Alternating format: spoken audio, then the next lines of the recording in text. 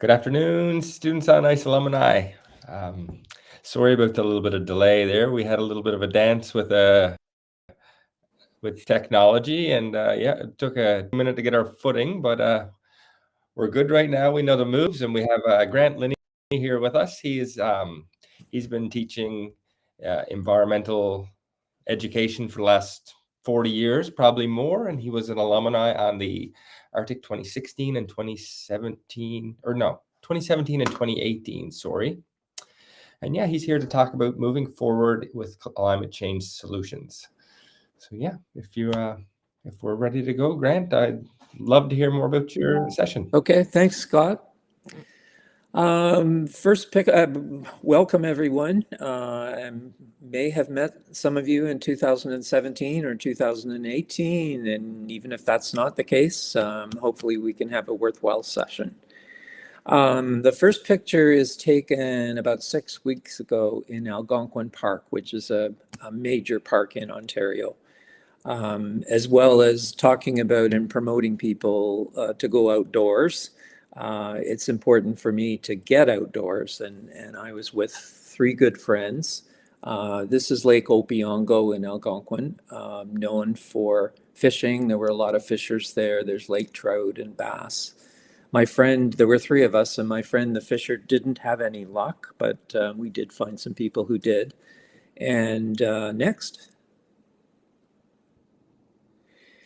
That's a picture of the fire grates on our campsite. I've never seen fire grates on a campsite before. There were 13 of them, and I collected them all. And as you can see, I laid them out on the fireplace, and they far exceeded the space available. And I decided next that this was my MAGA shot next. And MAGA stands in this case for Make Algonquin Great, Grate, again. Yes, I still like to pun. Next. And that's an icon shot for me. That's why I go outdoors, to connect, to be with friends, to be around a fire, to experience the surroundings. Next. I'm going to talk about how people's outdoor experiences have shrunk. And this is from the Daily Mail, a British newspaper, and it's talking about how people's right to roam has shrunk over a number of generations. So the first generation, and the slide is so small, I can't really read the names. I don't know whether Scott can make it any bigger for me or whether I'm just the one that says great-grandfather, that's the big range. And the great-grandfather, when he was 8 years old, I believe it's 1919, he was allowed to walk 6 miles to go fishing. 6 miles as an 8-year-old. And then his son, and again, I need a magnifying glass. My screen is so small. His son, when he was 8 years old in 1950, he was allowed to walk a mile to the woods. So from 6 miles to 1 mile. And then when his son had a daughter named Vicky, she's up at the top. Vicky was 8 years old in 1979. And she was allowed to walk, I think it's a mile to the local pool on her own. So you can see there's definitely a decrease in size. And then finally, Vicky's son, Ed, who was 8 years old in 2007 when this article was produced, he was allowed to walk 300 yards to the end of the street. I figure Ed's not quite old enough to have an 8-year-old. If he did, in another few years, maybe his 8-year-old would be allowed to spend time in the backyard. This is a dramatic change, and it signifies to me what I call the extinction of experience. Next. This is a bizarro cartoon. Wow, look at this place. It smells like Home Depot, which is a big marketing store, lumber store in North America. Next. There's good news and there's not so good news about this. The good news is that this is a national day, not a holiday, but once a year in October, we have a reminder to go outside called Take Me Outside. The fellow who started this, Colin Harris, was a young guy, probably in his 20s when he started it. He ran across the country from coast to coast. And he stopped at schools and he was wearing this t-shirt saying, ask your teacher to take you outdoors. And then he started this organization. He wrote a book. He has all kinds of conferences related to this and workshops. And it's great what he's done. I find it a little bit sad that we need to be reminded about going outside. Next. This is a book I wrote last year, and my career has been outdoor and environmental education. My last classroom was 450 acres in size, and before that I had up to 1,100 acres. I loved taking kids outdoors and having them experience the natural environment. And this is a series of stories about that, and it's also about how we have lost this magic. And when we go to the next slide, because the screen is so small, I'm going to get a copy of the book. This is going to take me about 30 seconds. Give me a sec.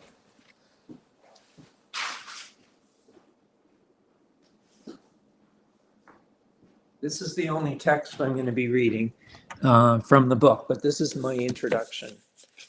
And flipping to the right page here.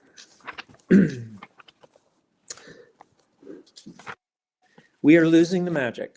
We are losing awe and reverence for our natural surroundings. We are losing a crucial aspect of our lives that provides us with sustenance, meaning and depth, context, and even purpose. We are losing this outdoor magic in two ways. First, the dramatic reduction in biodiversity and abundance within the last few decades impoverishes both nature and us. There is a direct link between our obsession with growth and the loss of species. By the way, this is the only text I'm going to read in my talk. The World Wildlife Fund reports a 69% decline in vertebrate wildlife population since 1970. So that's a little over 50 years, 55 years. Spring mornings are no longer greeted with an abundance of bird and frog song. A drive in the country on a summer evening now yields much less bug kill on our car's windshield. While this may initially seem welcome, it is yet another sign of widespread extinction. It is another sign that we are killing our home. We are also losing this magic because of our addiction to flickering screens in climate-controlled homes, schools, and vehicles. Next, we know far more about our favorite athletes, sports teams, Blue Jays, singers, actors, and other celebrities than we do about our plant and animal brethren. Our increasingly superficial contact with the outdoors makes us wary of such settings. We are fearful of stings, bites, poisonous plants, and any number of other perceived threats. We bubble wrap our kids. Safety and sanitation override previously natural inclinations to run free, to playfully explore and discover until the streetlights come on. We thus impoverish our very souls. There is a direct correlation between our estrangement from nature and our failure to believe that we can be active agents in our quest for a healthy and sustainable future. We are distracted. We feel powerless. There is a direct connection between the extinction of outdoor experiences and our own potential extinction as a species. I believe we still have time, albeit very limited, to turn things around. And I'm going to talk about problems and solutions and how we can turn things around in this session. And I'm going to skip. We're going to go next. I'm not going to read anymore. Enough of that. The good news is these kids are outdoors. The not so good news is they are hooked on their screens. Next. Abstinence. Another pun, but a very appropriate one. We need to practice abstinence. What's the definition of it? Next. Less screen time. Next. More green time. Next. One of my favorite studies at the last outdoor school I worked at was a stream study, and I'm going to use this to illustrate something. Grade fives, so 10-year-olds. The night before we did the stream study, I would put on the board, true or false, trout need trees. Now, for a 10-year-old, that's a rather jarring question. They're not used to questions like that. And some of the kids are quite literal and they go, no, I've never seen a trout in a tree. And other kids think, yeah, I think there's some truth to it. I'm not sure why, but I think there is. And then there's this great swath in the middle called undecided. They're really not sure. So I don't answer the question that night. I ask them to give me their reasons for why they think one way or the other. And then I tell them what we're going to do. We're going to go down to this stream and we're going to look at the living things in the stream. Next. And this is, of course, a big hit with 10-year-olds. Actually, it's a big hit with anybody who goes down and catches these organisms. I give them a target number. I say, if between all the different groups that are taking samples in the river, if between all of us, when we come together, we can count a dozen or more different species, thumbs up. That's biodiversity. I also talk about indicator species. So the bug in the spoon is called a stonefly nymph, and it only lives in very healthy ecosystems. So right away, it's an indicator that, hey, this stream is in good shape. And as a matter of fact, stonefly nymphs are trout food. There's no way we're going to catch trout with our nets, but if we catch stonefly nymphs, we can go, hey, there's a pretty good chance there's trout here. These guys go through what's called incomplete metamorphosis. They go egg, nymph, adult. The egg and the nymph stage are underwater. One day this strange urge comes over it. It climbs out of the water. It pops a hole in the back of its neck. It climbs out of its skin. It flies away. Very cool. And great stories to tell kids about these creatures as we find them. This little guy is used to fast flowing water to get oxygen out of. When you put it in a spoon with still water, it does push-ups. And what it's doing is moving its body in order to get oxygen out of the water. Really cool adaptation. So that night, we go back to this idea about trees and trout. And I'll ask the kids, if it had been a hot day, I'd say, what did you do because it was so warm out there? And they'd immediately say, oh, we moved our trays into the shade because it was cooler there. Next. So when we talk about trees for trout, one of the first things we notice is that they provide shade. And that's not just for us, that's for creatures. It keeps the water temperature under 20 degrees Celsius. And by keeping the water temperature under 20 degrees Celsius, you keep the oxygen content at 9 to 10 milligrams per liter. If the water temperature is higher, then the oxygen goes down. A carp or a sucker only need 3 milligrams per liter. A minnow needs 6. Trout and mayfly nymphs need 10. So there's a connection. Now, trees also have roots, and it takes a little while for the 10-year-olds to figure out how the roots of a tree affect the stream, both the water and the stream bottom. So next. I did the click on my projector and forgot I'm not in control. I have to ask for help here. Thank you. So by preventing erosion of soil, it keeps the water clean, it keeps the water fast flowing and deep. And by keeping the soil on the banks, it keeps the rocky bottom of the river is preserved so that stonefly nymphs, they're not called mudfly nymphs, so that they can live there and find their food, and so that trout can find them, and so that trout can spawn. Now, one other thing that trees do next, they provide insects themselves, which then fly low over the water, and that's why the fish jumps. So what we're seeing is trees are definitely an asset for trout. And next, what I'm showing kids here is ecosystem thinking. It's all connected thinking. And with older kids, I'll talk about how these arrows go actually both ways, and that trees need trout as well as trout needing trees. So, for example, in British Columbia, on the west coast of Canada, salmon are hatched in the river, in the streams. They go down and spend most of their life in the ocean. And then just before they die, they return upstream to spawn, to lay eggs, to start another cycle. When they die, their rotting corpses provide much needed nutrients for trees. So it works both ways, this ecosystem thing. Next. If there's something called ecosystem thinking, I believe there's also something called ecosystem feeling.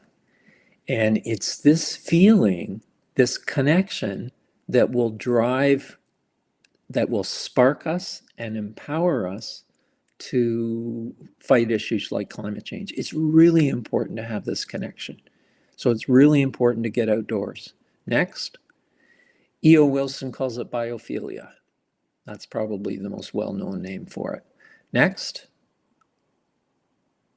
This is a picture of a high school group in Algonquin Park on a canoe trip, school trip, and they're hanging out after dinner on a point of land. They're obviously enjoying each other's company, and they're in this fantastic setting. And even if they're not talking about it, it's seeping into their pores. This picture could be called ecosystem feeling. Next. So both ecosystem thinking and ecosystem feeling teach us that everything is connected. That's what science shows us. Physics, chemistry, biology, and actually next, these are the words of a modern day theologian, Parker Palmer, to be is to be in relation. John Donne once said, no man is an island. This is a basic core reality of life on Earth, but we're losing it. Next. Aldo Leopold, famous conservationist from the 1940s. I can't read the quote. I can paraphrase it. Hopefully you can see it. He talks about whether we treat land as commodity or community. If we treat, and notice both those words have the same first four letters, C-O-M-M, and then oddity. It's interesting, it comes out as oddity. When we treat our surroundings as a commodity, we're not connected, we don't care. When we see our surroundings as a community, unity, then we feel we're part of it. And that is profoundly different worldview. Next. Commodity and community are illustrated by the two drawings at the bottom. Ego, with man at the top. Notice woman is further down, and that's been our historic view. And it's a pyramid. And then you have the First Nations view, a circle, and it's called nature. Next. And our First Nations people talk about all my relations. Next. I'm going to give you two words here. Stewardship, our responsibility to be stewards for the land. It's interesting, First Nations prefer the next word. Next, there it is, kinship. And I think there's a role for both. Kinship certainly means we're part of our surroundings, and stewardship points to our responsibility. Next. Yes, Houston, we have a problem. We've lost touch with that basic reality. Next. We have been framed by a very different worldview. Next. And it's dominant. It's pervasive.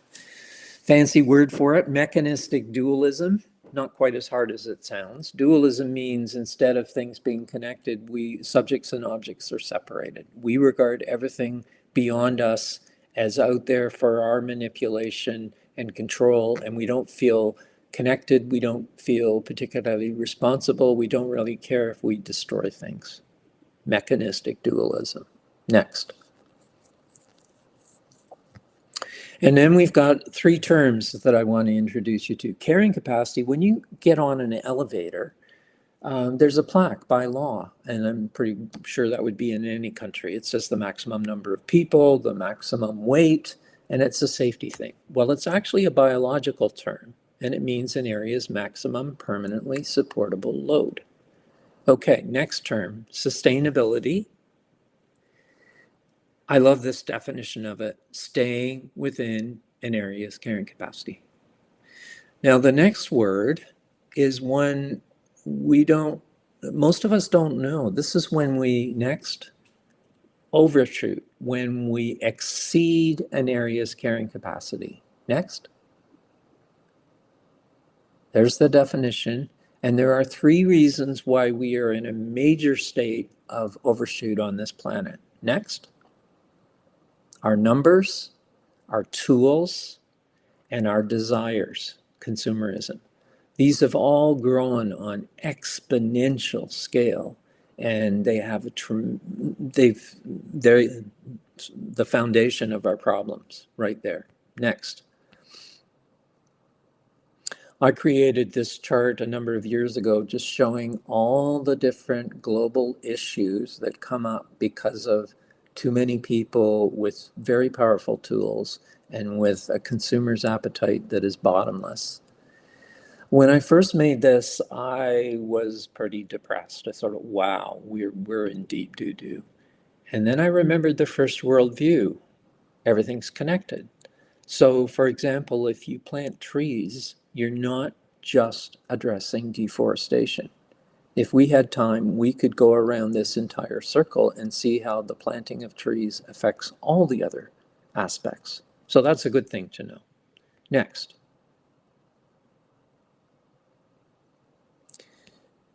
Self-explanatory. I often put this at the start of my presentation and people will go, oh, Grant, there's something wrong with your computer. And I say, no, it's just civilization. And they kind of look at me and then they read it. Next. When I do presentations on climate change, and I have done more than 1,100 of them now since 2010, when I go into senior schools with teenagers, what we call high schools in Canada, I have talked the teachers into having me come 3 times. The first time is climate change, must we change? And I'm going to touch on that briefly. The second time is climate change next, can we change? And then finally, next, will we change given human nature in time? And it's particularly 2 and 3 that I'll be dealing with today, but I'm going to do a little foundation on the must we change. Next. The foundation rests in science. Science is the best way we have of knowing our surroundings. Next. Most of you have probably heard of Neil deGrasse Tyson. He's probably the most famous living scientist. He's an astrophysicist. If he showed up in your settlement for a public talk, it would probably be sold out. He's highly respected. He's a brilliant teacher. He's passionate. I have a video clip, and this is going to be our test on whether the video works or not. Next.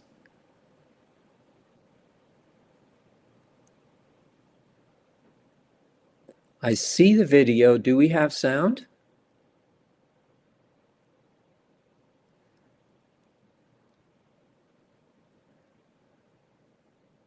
No sound. Okay. So what Dr. Tyson is talking about is his frustration that people who rise to positions of power don't respect science. And he talks about science as being the best way we have of understanding our world around us and how we come up with hypotheses, and then there's peer review and testing. And then we have what he calls an immanent truth. And when something becomes an immanent truth, it's not up for debate anymore. You can't You can't say you don't believe in it. An emergent truth. There's the proper term. So he says, you can't say, I don't believe that E equals MC squared.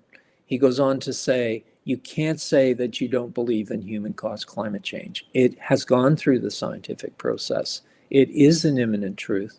There is no debate. So it's quite a passionate piece. If you Google Neil deGrasse Tyson Science in America, I think you'll find the video piece. It's just about done. Next.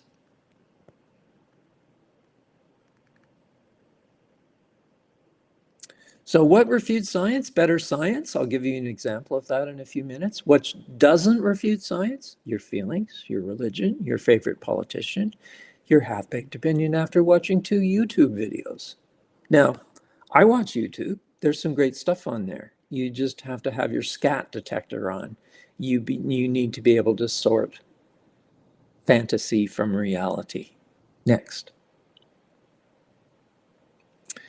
The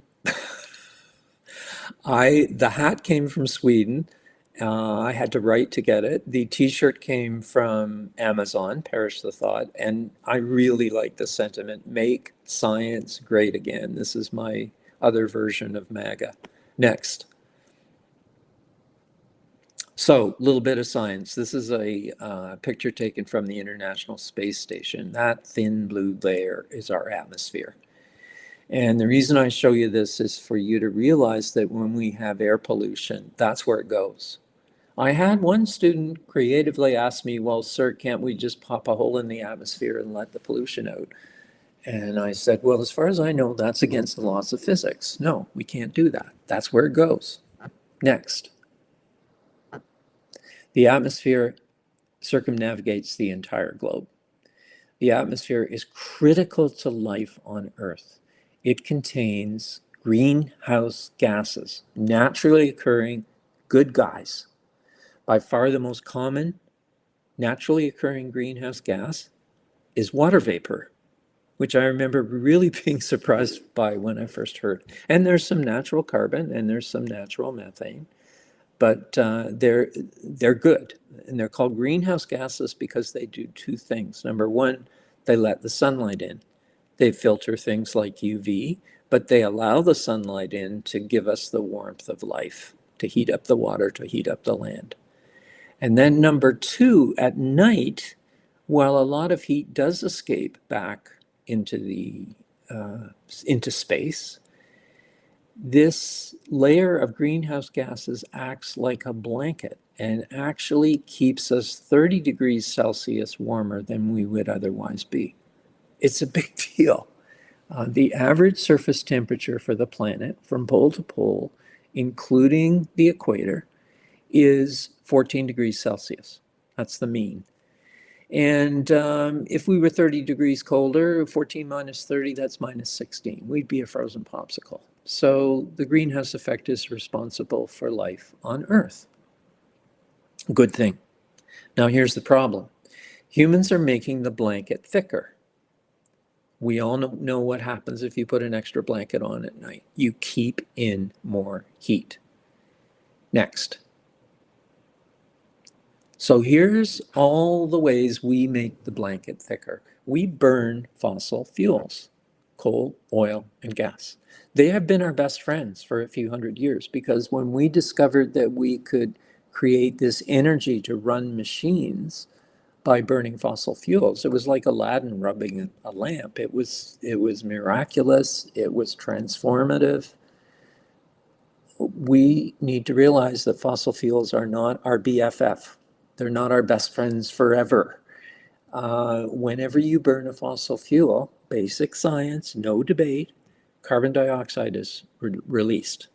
That's anthropogenic. It's human caused because we're the ones burning the fossil fuels. And that carbon dioxide goes into the oceans, most of it, but enough of it also goes into the atmosphere to make the blanket thicker. Okay, next. There's one other thing that makes the blanket thicker. Actually, there's more than one, but the other one I'm going to talk about here is deforestation. We have 2 countries here, Haiti and the Dominican Republic. A lot of people have been to the Dominican for holidays. When I ask for a show of hands, I always get a scattering. And then when I ask, oh, how many have been next door to Haiti? And very few put their hands up. Haiti is an impoverished country. Haiti has no laws to protect its trees. That's why you can see the border, the boundary between these two countries very clearly. Haitians feel compelled to cut down trees. They use the wood for cooking because they have no electricity. They use the wood for building materials. They have no cement. They have no steel. And believe it or not, they try and farm the land. You'll notice that land is very hilly. And after a couple of years, the good soil will be washed away by wind and rain erosion. And they'll move on. They'll cut down more trees. So we have more of a problem. There are many countries that cut down their trees. Deforestation is a big issue. Next. And we have a new cause of deforestation now, and that is wildfires all over the world. Tremendous trees store carbon. When you cut them down or when you burn them, the carbon dioxide is released. This is not a good thing. Next. I'm going to talk about some key temperatures. If I told you, regardless of where you are, that tomorrow's going to be 2 degrees Celsius warmer than today, you probably wouldn't notice that. Not unless it's right around zero and it's the difference between liquid and ice. If I told you that tomorrow your internal body temperature is going to be 2 degrees warmer than today, you would probably notice that. That's a minor fever. And if you were playing a sport and you showed up with this 2-degree fever, you wouldn't do very well. Your reflexes would be off, your stamina, you just get winded very quickly. We need to understand when we talk about a planet that has an average temperature of 14 degrees Celsius, for a while scientists thought we could raise it 2 degrees without causing a big problem. But I need you to stop and think for a moment. Average mean temperature for the entire planet, 14 degrees. To raise that to 16 means putting a heck of a lot of heat into the Earth system, a lot. Next. Here's how much we have raised the temperature as of 2020. So we're no longer 14, we were 15.2. Scientists at that time decided, okay, we know we're 1.2 degrees warmer. What has that done to global weather patterns? And they poured over the records, right over the entire globe, and they were shocked. And they did a big OMG, oh my gosh, we can't go to 2 degrees. Based on what we're seeing at 1.2, we have a new maximum. Next. 1.5. Okay? Doesn't sound like a big difference, but it is when you're talking about an average surface temperature for the entire planet. So 1.5 is the new maximum. Well, next, in 2023, we were 1.48 degrees above 14. Look at how close we are to 1.5. Next, 2024, 1.6 degrees. We actually surpassed the safe limit. Next. And last January, we were at 1.75. We keep on burning more fossil fuels. We keep on cutting down and burning more trees. We have obviously exceeded the 1.5 limit. The end of the world has not come, but we all know that extreme weather events are becoming more and more common, and that if we stay at this level, we're not in good shape at all. Next. We have a sophisticated scientific device called a thermometer that has been around since the 1880s. Next, the hottest year all time is 2024. Next, the second hottest is 2023. Now I'm going to show you the rest. Next. 23 of the 24 years listed here have all occurred since 2002. That is not an accident. That's not a coincidence. It's a pattern. It's a trend. It's a warning. You're heating up the planet, dude.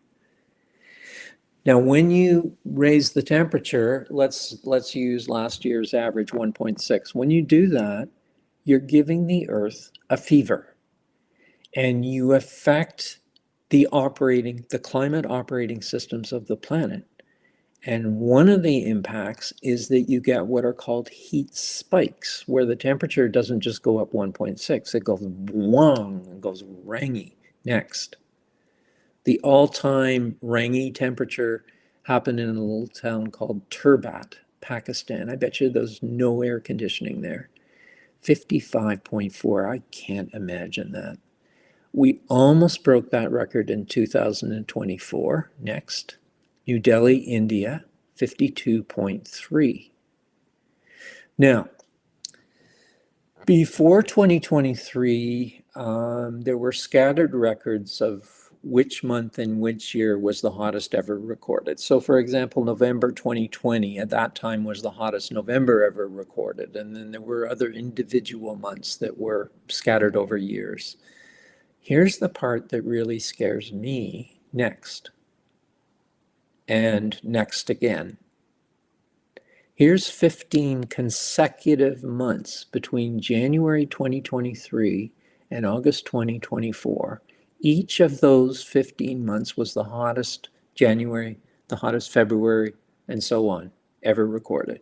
We've never had that before. 15 consecutive months. This is really, scientific evidence is telling us we've got a problem. And we really need to spread the word. And I would suggest the blanket metaphor is a really good one to use to people who are willing to listen to you, but who still don't understand climate change. Next. Heat means melt. So here's the Arctic, where many of us have been. This is June 1980. The ice reaches its maximum extent in June of each year, and then it retreats with the Arctic summer, and then it expands again as winter returns.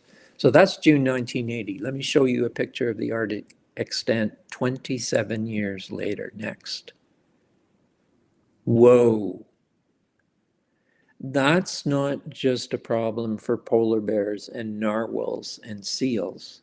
That's a problem for the whole planet. That white ice and snow at our poles, both the Arctic and the Antarctic, provide albedo. That means they reflect the sunlight, and by reflecting the light, they reflect the heat. They are the refrigeration system of the planet, not only because they're big masses of ice, but also because of this reflectivity. When the atmosphere is warmed up from a thicker blanket, the ice starts melting. And then you have dark water that has no albedo. It absorbs the light, and then the water heats up, and the ice melts even faster. Next. I remember when I first heard this, my head kind of hurt. When the first time I heard that the loss of ice in the Arctic causes the drought in California. And then my brain's going, what? You need to remember the trout stream study. You need to remember that everything is connected. When you disrupt the climate in the Arctic, you disrupt the planet, the climate everywhere else. And it can cause flooding in Pakistan, and it can cause drought elsewhere. We've always had extreme weather, but now these events are more common, they last longer, and they're bigger in scale, they're more intense. Next. And I'm not going to show you pictures of that because you're all familiar with that. I want to go to solutions. International Energy Agency, a body of, I think they're a body extension of the United Nations. This is an important statement they made. All the technologies needed to achieve deep cuts in global emissions by 2030 already exist. We have the answers. Okay? And I'll spend an hour, remember I do 3 sessions, I spend an hour on the first the problem, and then I spend an hour on the solution. So I'm just going to give you a quick overview here. Next. Oh, I'm going to talk about how quickly technology can change, which is what we need. 1980, some of your parents were born around then. Well, guess what else was born? The cell phone. It was big and clunky when it first came out in 1980, but AT&T, big phone company in the States, goes, what about this cell phone? Let's hire some people to tell us to forecast cell phone use by the year 2000. So they did, and the projection was 900,000 users. And when I ask my audience whether they think that number is too high or too low, they go too low. And next, you're right if you say that, because the actual figure was 109 million. It was 120 times bigger than the projection. Well, if it was 109 million in the year 2000, how many is it now? Next.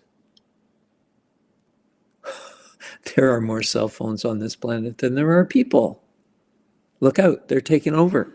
Now, my point is cell phones aren't going to fight climate change, but the new technologies that we have to fight climate change, we need to bring them online even faster than phones. Next. So when I do my talk on solutions, I divide into categories, and I will devote many slides on solar and wind and heat pumps and geothermal and so on. And I go through each of these and detail them. Nuclear fusion, just a quick mention, is different from nuclear fission. Fission, F-I-S-I-O-N, is standard nuclear power. Fusion is a brand new power that hasn't been quite invented yet. Physicists are trying to replicate the power of the sun. And when this happens, probably in the 2030s, it will be a major advance. No danger of radioactive meltdown, no radioactive waste. 100% clean energy. Next.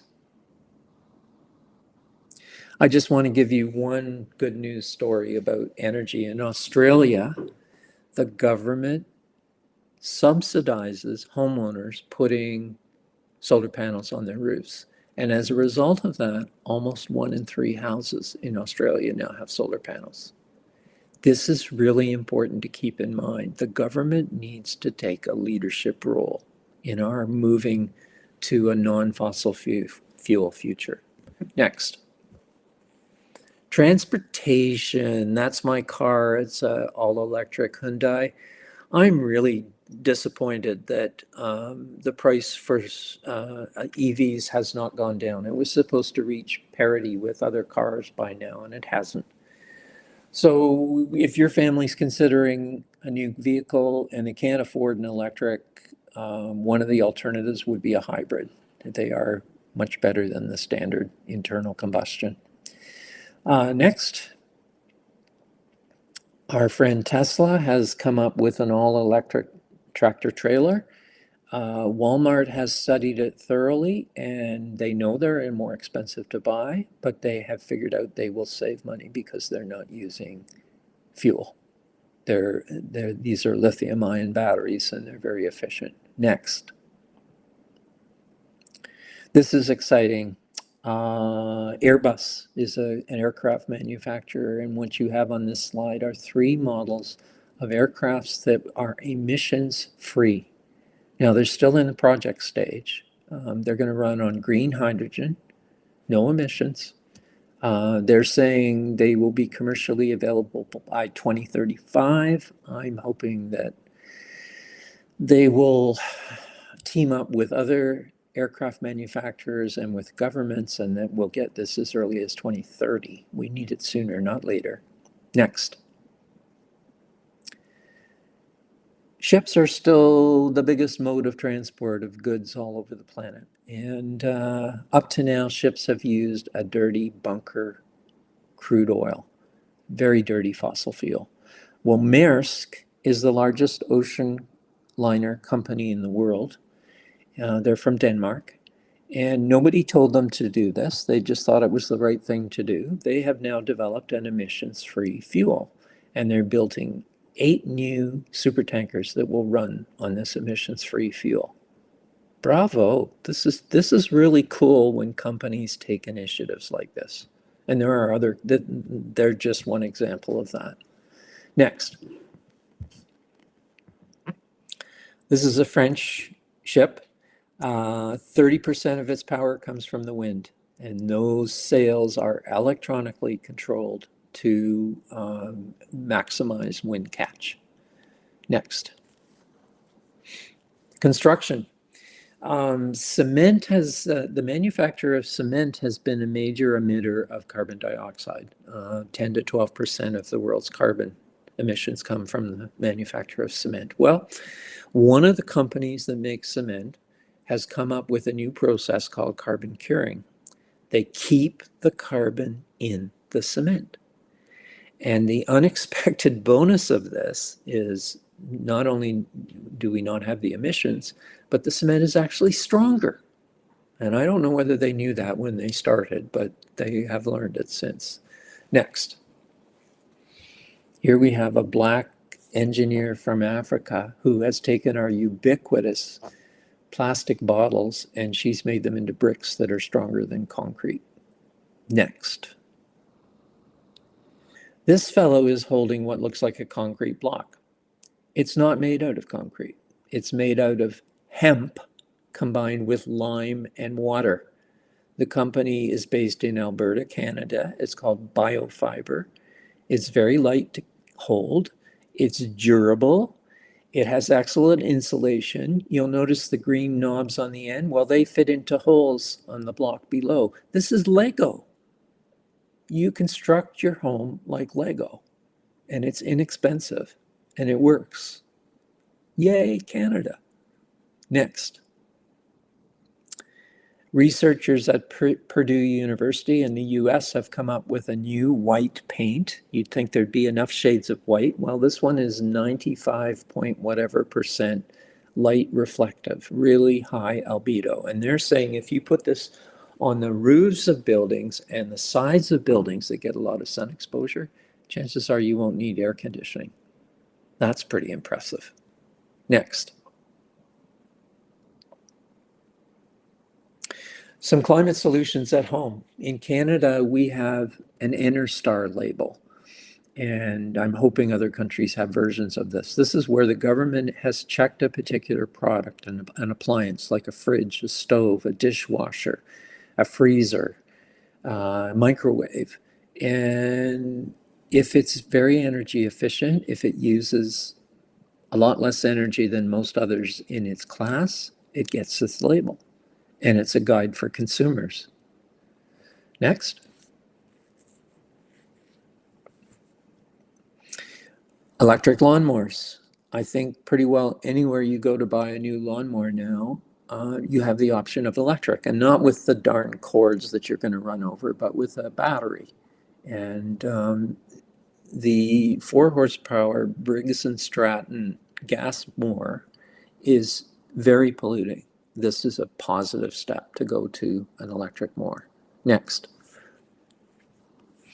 Electric barbecues. Weber is a big name in barbecues, and they are now making electric ones.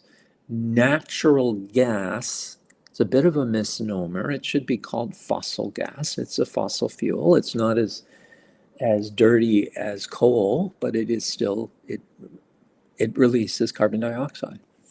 Next. And there's now something called an induction stove for the kitchen. The induction stove gives you instant heat like a natural gas stove or a gas stove, and it can be very precisely controlled, and there's no emissions. So it's definitely the way to go. Next. Agriculture. I didn't realize that agriculture had a significant impact on the environment. The stat on the slide talks about the erosion that comes from this traditional type of plowing, and that the loss of good soil from this type of plowing does not keep up with this, exceeds the regeneration of good soil. So it's not a good thing. The other thing is when you use deep blades like this, you release a lot of carbon from the soil. So now we have what's called no-till farming, as in don't plow it every year, maybe every 2 or 3 years, and low-till farming, which instead of using big, wide, deep blades, it uses skinny ones, which are much less destructive to the soil and disturbing. Next. And I'm going to ask you to keep pushing next. There's going to be 10 green leaves that are going to show up with each one. And I'm just going to list them. These are all called regenerative agriculture. They all have to do with keeping carbon in the soil. So farming, that's it. Thank you. Farming can definitely contribute to. Next.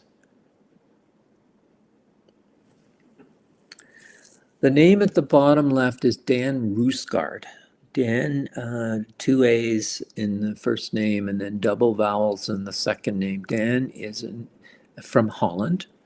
He is an architectural student. He's in his 20s. He went to Beijing to study architecture, and he was shocked at how polluted the air was in Beijing. So, in his spare time, this architectural student made this device pictured below. This is an aerial view. It is actually 6 stories high, those 3 towers. They suck in polluted air and they put out clean air. 40% of what is sucked in is carbon. Okay, next. And this part's really hard to believe, but you can Google Dan Rusgaard and you will find this story. The tower transforms the pollution into diamonds. Good grief. I still don't believe that. But again, you can Google this, and there's some really creative solutions out there. That's why I put this in. Next. This is a fantastic reference for all the different solutions that are available. Don't buy the book, go to the website. The book is static, the website is constantly updated, and it is produced by scientists who have pored over the latest innovations. Next. I'm not sure this slide is visible to you, but there are I think there's about 80 different solutions that are listed, and not only listed, but ranked. And I was surprised to see that wind is actually ranked ahead of solar. And then I was really surprised that number 3 is food waste. And number 4 is less meat. Okay, so those are things that we can do, each of us. And number 5 is talking about health and education, and specifically referring to health and education of women and girls in countries where they are treated as second-class citizens. So Afghanistan and the Taliban are an excellent example. They do not allow girls to go to school. They say the sole function of females is to produce babies and look after them. And of course, that puts our population up, and it doesn't give women the opportunity to be part of our solution and to make their contributions. So great resource. Next. This is going to sound a little bit strange at first of all. It's more important to change laws than light bulbs.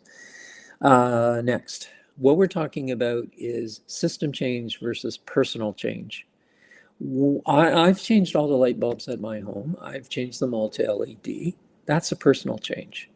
Well, what if the government comes along and passes a law that says those round incandescent screw-in bulbs that we used to have and fluorescent bulbs and quartz halogen bulbs will become obsolete by a certain year?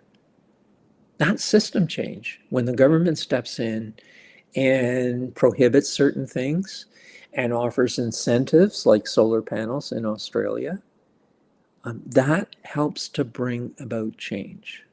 Next. COVID, here's a list of all the system change rules that the government in Canada and probably many other countries imposed on us in order to fight COVID. Some of us were upset about loss of rights.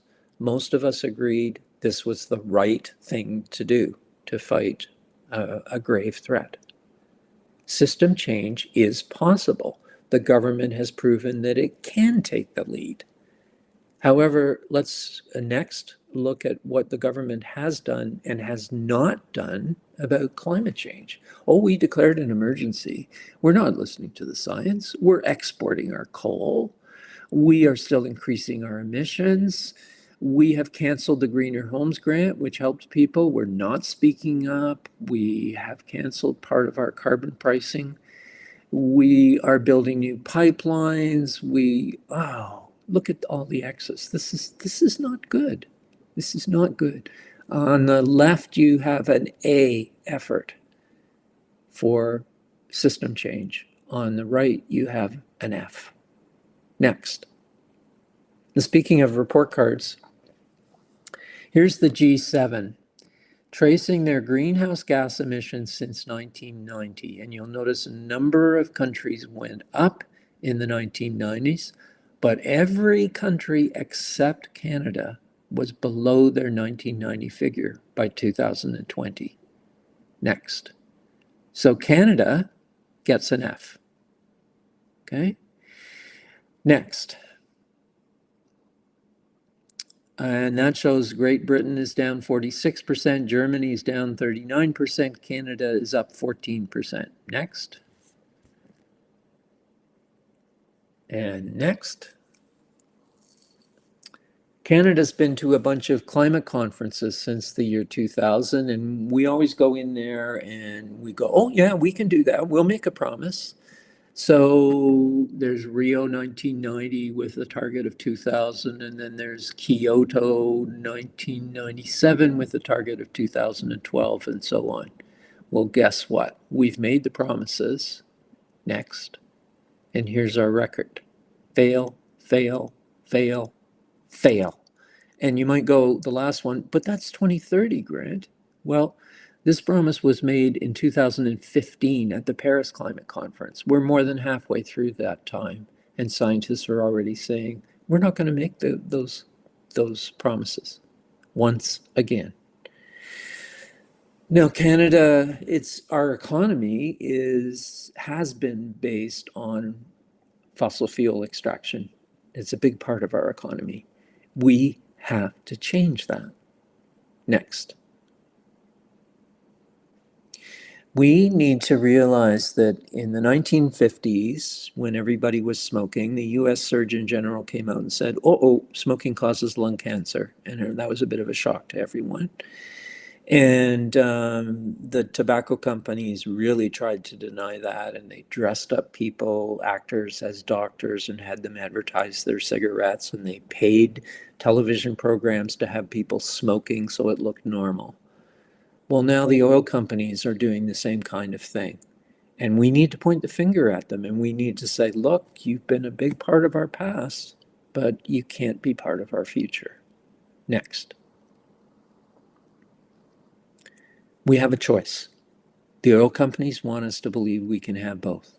No, not possible. Next.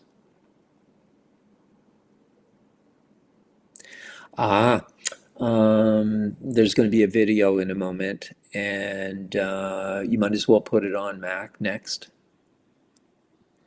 These are two mums that are really worried about climate change, and they're talking about it, and all of a sudden they're going to morph into oil sands engineers who say, we have the solution, carbon capture and storage. We're concerned about climate change too, and this is the way to go. And so everybody's happy, and there's stirring music. And right at the end of the short commercial, it shows the oil companies and the Pathways Alliance. If you were watching the World Series in Canada, they had ads. And even the name, Pathways Alliance, it sounds good. Next. So 500 science-based organizations are saying carbon capture and storage is a dangerous distraction. It doesn't work. We've been trying it for decades and it doesn't work. Maybe in another 10 or 15 years it will, but in the meantime, we've got to get off fossil fuels. Next. Environmental Defense, next, produced a reply ad to the Pathways Alliance. And these guys are talking about wildfire smoke and about, and there's a little bit of you can see the script there. And maybe I should just let you read that. This is the reply to the Pathways Alliance. Unfortunately, Environmental Defense doesn't have the money to make commercials during the World Series, so this is only on social media. But basically it's saying carbon capture and storage doesn't work, and they want our tax money to keep on researching it. And this guy's saying, well, that's crazy. I can't afford that. So yeah, it's not going to be big oil that's going to lead the charge.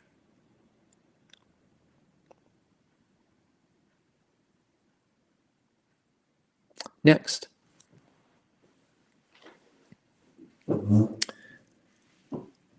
I always get a bit of a gasp when I show this to high school kids, and I go, no, I'm not talking about your favorite F word. I'm talking about fossil fuels. And there's a little bit of relief. Next. This is another video, next, and it shows a family waking up in the morning, going through the routines of washing their faces, brushing their teeth, and coming downstairs and making lunch and having breakfast, and all the while their house is on fire and they're totally ignoring it. So here they are coming downstairs, and I guess that was mom, and now the kids are brushing their teeth, and she's getting breakfast ready, and they're talking, oh, do you have a test today? No, it's tomorrow. And dad says, oh, I'm going to be late home from the office tonight. And they're laughing and joking. And then the parents pat them on the head, kiss them, and say, have a great day. And then the parents walk back into the burning house. And then it says, our house is on fire. React. It's, now, you know what? If our house really was on fire, the primitive part of our brainstem would react. The adrenaline would flow, and we would get the heck out of there very decisively. I wish climate change stimulated the primitive part of our brainstem. It doesn't. Climate change in human terms, even though it's happening very fast in Earth time, it's happening very slowly, and it doesn't set off the panic mechanism. I really wish it did, because then the problem would be solved. So next, what do? Here's one of the reasons we don't do anything. But what can I do? I'm just one person said, let's update that. 8 billion people. Okay? We don't feel powerful. Next. Well, here's an individual who was powerful. And I think everybody attending knows Greta Thunberg. Next. The first slide on the left was taken in August 2018. Greta was 15 years old. Greta got permission from her parents to go on strike from school for the first 2 weeks of school. And she didn't stay home and watch TV. She had this sign, which in Swedish says School Strike for Climate. And she showed up outside the Swedish parliament buildings because she knew there was an election coming up and she wanted this to be an election issue. So you'll notice she has a little blue pad, a sit-upon. She's there for the day. She's got a raincoat. She's dressed in layers. She's not going to cop out if the weather's bad. She just sat there. The media is going back and forth because they're interviewing the politicians about the election, and they keep looking over and go, who's that? And finally they go over and someone asks a typical adult question, how come you're not in school? And Greta says, what's the point of going to school if I don't have a future?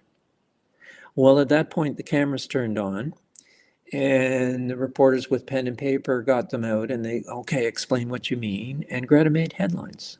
This single, solitary, 15-year-old student Headline. I remember reading about her in Canada and being blown away that this 15-year-old was having this impact.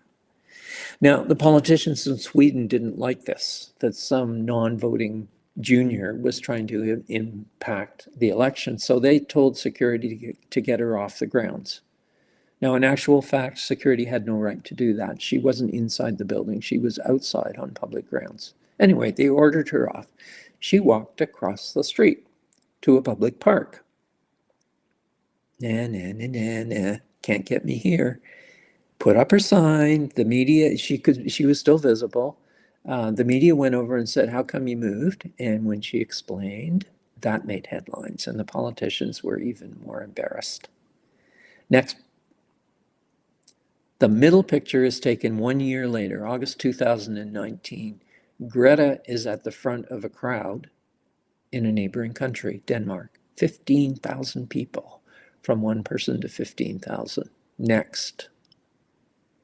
1 month later, after sailing across the ocean because she refused the carbon footprint of flying, Greta is in Montreal, Canada, September, I think it was the 29th, 2019, before COVID, world's first worldwide youth climate strike.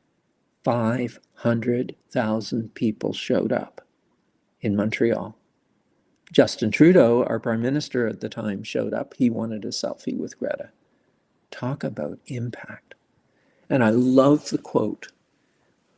We are doing this because we will not be bystanders. We are doing this because we want the people in power to unite behind the science. Brilliant. Next. Albert Einstein, the world will not be destroyed by those who do evil, but by those who watch them without doing anything. Next. Greta's bystanders. Bystander is not a neutral term. We might think, oh, well, I didn't do anything. I was just happened to be there. Well, by being there and doing nothing, you are complicit. We don't need bystanders. Next. This is what we need. Activists. Okay? And this isn't some dirty leftist word.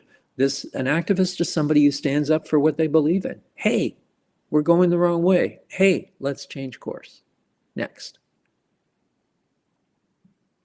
Well, here's one activist, and of course, one activist isn't enough. This is actually a cartoon representing Canada's efforts to fight climate change. Pretty feeble.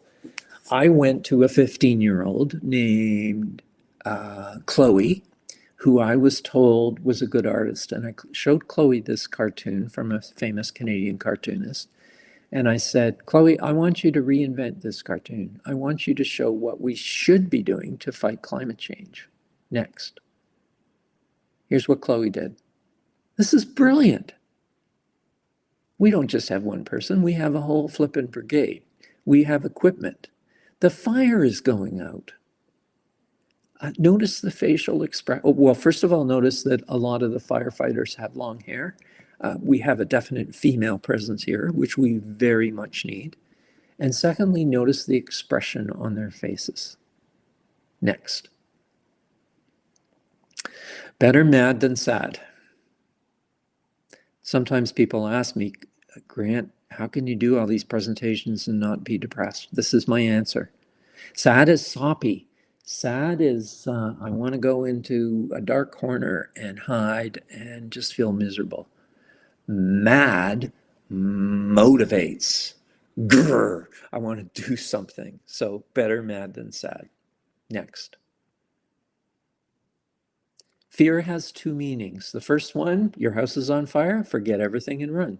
The second one, climate change, face everything and rise. F-E-A-R. Next. And when you face everything and rise, don't do it at home alone. Find kindred spirits. This is critical. Other people who feel the way you do, and working together, you can feel empowered and you can make a difference. Next. Make your voice heard. Okay? Climate change is like the elephant in the room. Everybody knows it's there. Nobody talks about it. If we don't talk about it, we're not going to do anything about it. We've got to make our voice heard. Next. So this is one of my favorite pictures. I think it's very true. Next. This is downtown where I live, near Hamilton, Ontario, and this was the same day as Greta was in Montreal. A whole bunch of people showed up downtown, and you can see their signs. I love the one on the right. We are skipping our lessons to teach you one. Yes. Next. This is a couple of university students at a protest. I love the sign. Next. These are my signs. Notice these are my election signs, and you notice they don't have a party, they have an issue. I put them up for the local election, I put them up for the provincial election, I put them up for the federal election. Next. I'm almost done. Make your voice heard, keep your heart connected. Next. That means think about the people you care about and think about their future. Next. It also means reconnect with the outdoors, because again, that's the spark that will motivate you and drive you. Next. Speak up. Next. Act up. Next. Get out. Said in the most positive way possible. Next. Second last slide, I think. There's my book again. If anybody's interested in getting a copy, if you're in Canada, you can go to my website, loveyourmother.ca. If you're elsewhere, you can find it. I had somebody from New Zealand who got a copy. Amazon, for some reason, is charging a ridiculous price for it. There are alternatives to Amazon, so look around. Last slide, next. It is the only one we've got. It's a marble, it's a jewel, and we need to do a much, much better job of looking after it. Thank you. And I think, oh, it looks like I don't need to do anything about screen sharing, right, Scott? You've already, okay, good. So Scott's going to bring up some questions if there are any from people. And if there aren't, you can put them in the chat feature.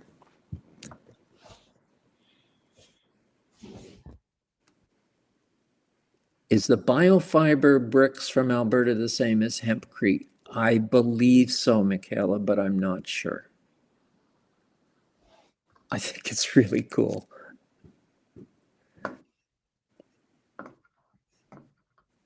Thanks, Tammy.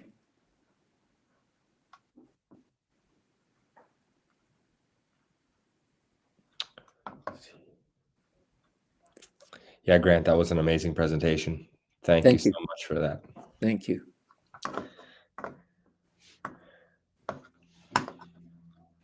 I throw a lot of information at people, so it's not uncommon that people are speechless after I have spoken. But we'll wait a couple more minutes in case somebody comes up with a question. Yeah, there is a little bit of a lag too between yes. the time that we're on and oh, we have one question coming up here now.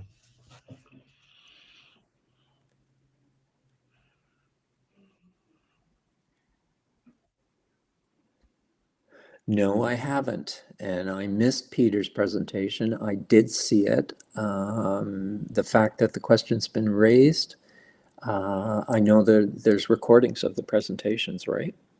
There is, correct. Okay, so I will see it. Thanks for asking.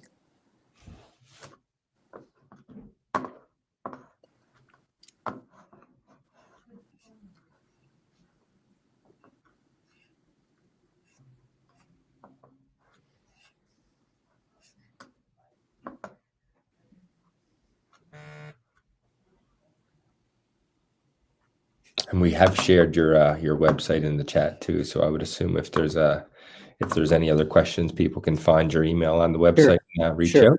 Great. Great.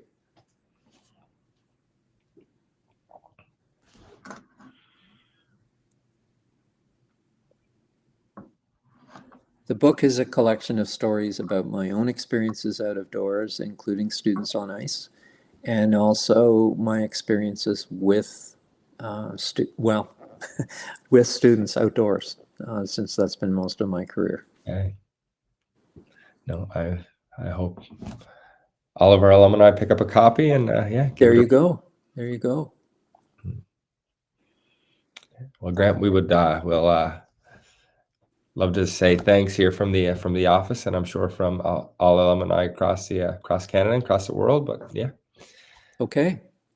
Oh. Share a little bit about the outdoor school. I've worked at a number of outdoor schools. The last one I worked at was for an independent school called Upper Canada College. Independent schools tend to value outdoor education more than public education. When the squeeze comes with public education, they will look at outdoor education as a frill, which drives me crazy. I think it's just core and essential. The Norval Outdoor School, which was run by Upper Canada College, kids over the course of their schooling would spend between 40 and 50 days at the outdoor school. And sometimes it was just a day trip. And as they got into older grades, they stayed overnight, they camped, and they had a whole variety of experiences. And connection, that's the bottom line, connection and caring. And I was very, very lucky to be part of that and part of other outdoor centers that were run by conservation authorities and by school boards in the past.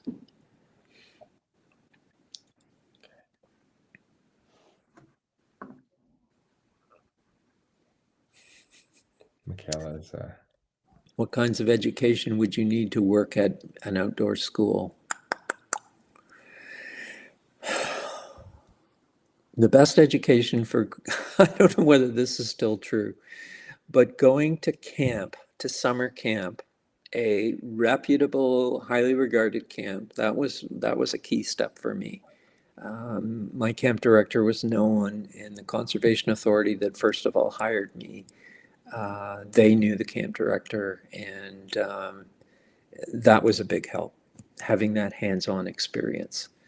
Recreation degrees, science degrees, those will help, but I would say you need to add on to that some outdoor education, whether it's working at a camp or some other opportunity like that, volunteering for an outdoor center. okay. Michaela, you're doing a great job. All these questions.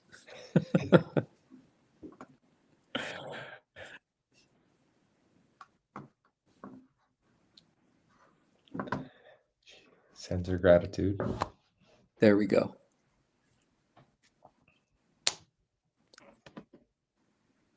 So sign off time, Scott? I think this is a good time to end it. And I'm sure if there's any other questions, folks, you can reach out at Grant on his website. And for sure. Once again, Grant, thank you so much. You're very welcome. Thank you. Take care.